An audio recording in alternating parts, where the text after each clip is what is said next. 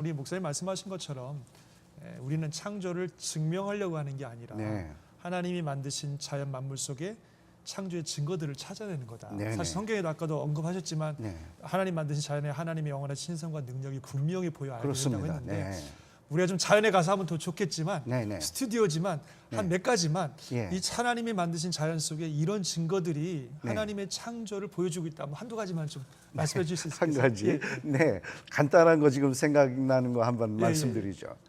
우리 몸에는 참 여러 가지 기관이 있습니다. 이 기관들 하나하나만 보더라도 정말 신묘막측한 하나님의 설계가 들어 있습니다. 그렇죠. 자연현상으로는 도저히 만들 수 없는, 심지어 인간조차도 흉내를 내기 어려운 그런 기관들이 많습니다. 한 예로 청각을 한번 들어보죠. 예로 우리 소리를 듣지 않습니까? 제가 목사님의 말씀도 지금 듣고 있는데 이 소리가 어떻게 들리게 되는가 하는 과정을 보면 우선 귓바퀴가 있지 않습니까? 귓바퀴가 이렇게 큰 이유가 뭐겠습니까? 안경 쓰라고. 안경 쓰라고. 재밌네요. 정말 그렇네요. 생각해 보니까. 귀가 없으면 안경 걸 데가 없네요. 그것도 재미있는 예를 말씀해 주셨는데, 근본적으로는 이제 소리와 관련이 있죠. 이 귓바퀴로 소리가 모아지는 겁니다. 만약에 이 귓구멍만 있다면은 그 속으로 들어오는 소리의 양은 적거든요. 그러니까 귓바퀴가 있음으로 해서 이 면적에 해당되는 소리가 모여듭니다.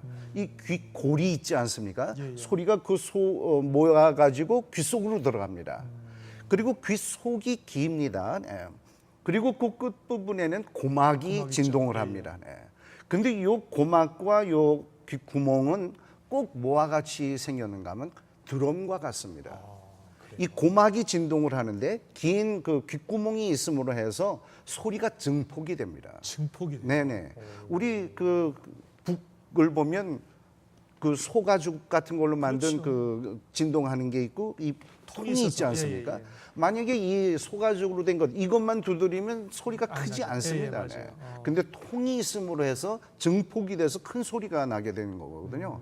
그래서 그 바로 귓구멍과 고막이 북치는 것과 동일합니다. 그래서 실제로 영어로는 이 고막을 뭐라 그러냐 하면은 이어드럼이라고 합니다. 고막이라는 자체가 그 울리는 그 진동 북을 의미하는 것이기도 하고요.